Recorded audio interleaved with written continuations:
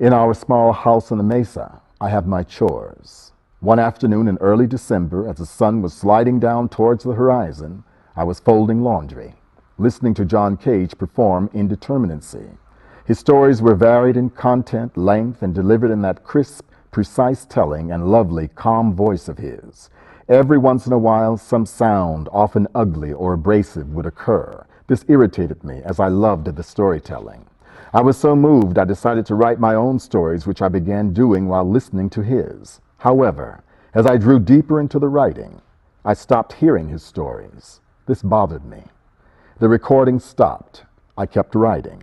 The sun had set with only a small patch of snow on the distant mountain glowing pink in the last rays.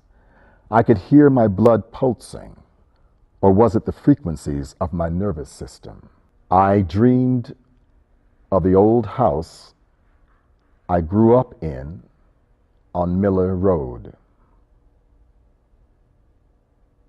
It was almost dark, and it might have been a Saturday night because the house was empty, peaceful.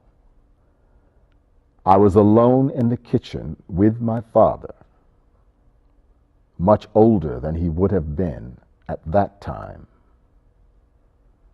We sat quietly, me holding his hand, massaging it.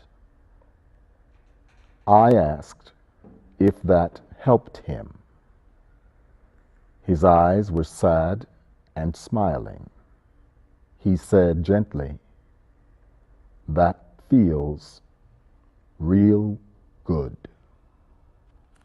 Monkey Run Road is an hour-long duet Arnie Zane and I choreographed in 1978.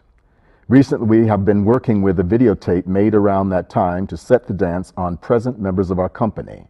Yesterday, Tali and Eric were doing a run of it. At the moment when they are head-to-head like two cats or dogs doing a back-and-forth sort of crawl right in front of the playing area, I was struck by a tattoo on Eric's right forearm.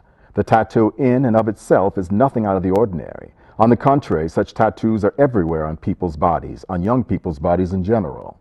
Restaging the work demands a constant referral back to the grainy images of young Arnie and me in performance 33 years ago. Eric's tattooed body performing this material could show nothing more than the obvious. Personal style changes, bodies do not.